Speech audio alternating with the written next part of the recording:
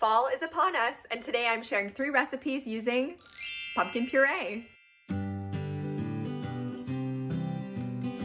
If you're new to my channel, don't forget to subscribe and give this video a thumbs up. First up, I'm making a pumpkin dip, and this starts with 3/4 of a cup or 6 ounces of cream cheese that I brought to room temperature. It's much easier to incorporate that into the dip if it's room temp.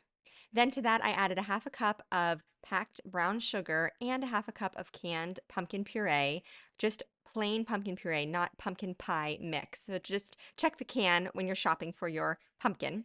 Then I added 2 teaspoons of maple syrup to sweeten it up and a 1/2 teaspoon of ground cinnamon. And then I whipped this all together with my hand mixer, and it tasted so good on fresh apple slices, graham crackers, and even just on a spoon. This was very, very tasty. I had this as an after-school snack for my kids, and they all really enjoyed it.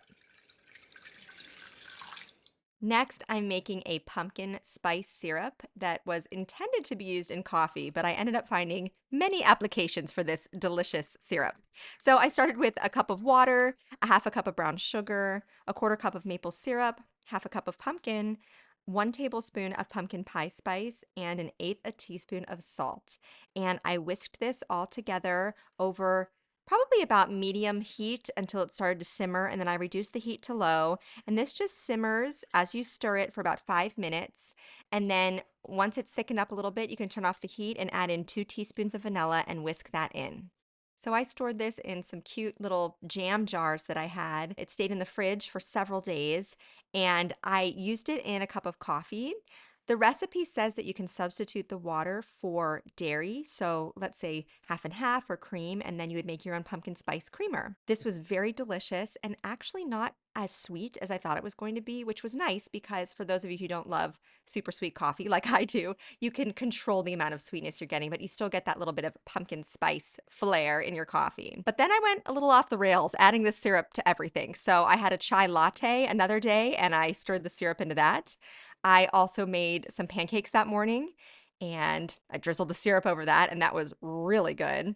And I'm not sure that I took a clip of it, but I put it in my oatmeal one morning and my yogurt, actually, now that I think of it.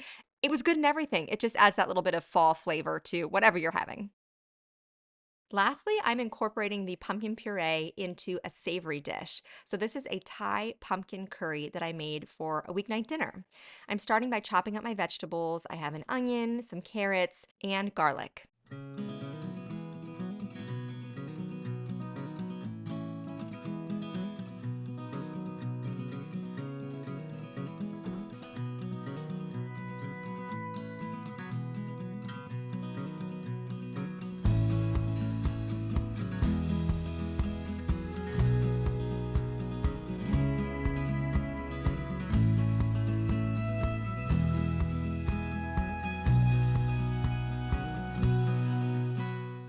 Next, I cubed up a couple of boneless, skinless chicken breasts.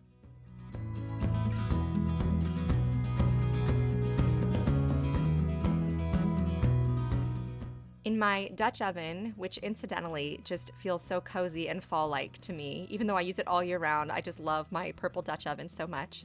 Maybe because it was a wedding gift and my wedding is in October, but I digress. I added a little bit of olive oil and the chicken and then sauteed that until it was cooked through and slightly browned. I seasoned the chicken with a little bit of salt and pepper, and then when that was finished cooking, I removed it from the pot and added a little more olive oil along with my veggies. I started with the carrots and onions and sauteed those for several minutes until they started to get pretty soft, and then near the end of those vegetables cooking, I added in the garlic.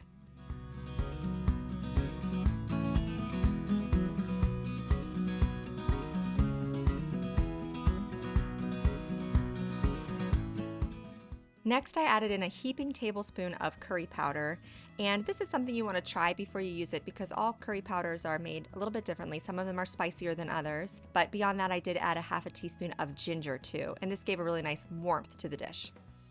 I also added the zest of 1 lime, and I feel like the lime along with the coconut milk, which I'm going to add in a minute, really elevated this dish. I felt like the result was very restaurant quality in flavor. There were just a lot of interesting things going on, and I think the fresh lime really made that happen.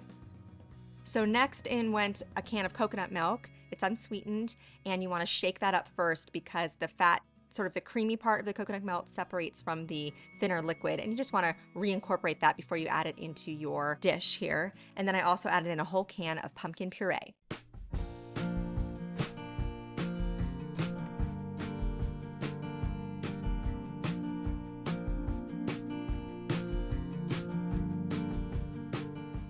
So once everything was stirred together, I allowed this to simmer for a little bit. And interestingly, the pumpkin flavor is not very strong here. It just adds a nice creaminess and, of course, an extra almost hidden veggie. Perfect for my children. And then lastly, there is also broccoli in this dish, but you don't add it until the end because you want it to be more tender crisp as opposed to the onions and carrots that should really be cooked completely through.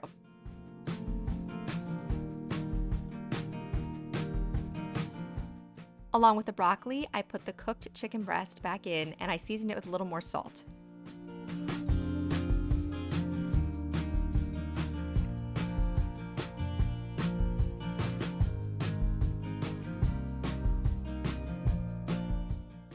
Once everything was combined, I decided to add just a touch of chicken broth to thin things out a little bit and to sort of increase the amount of sauce I had so that everything would be nicely coated.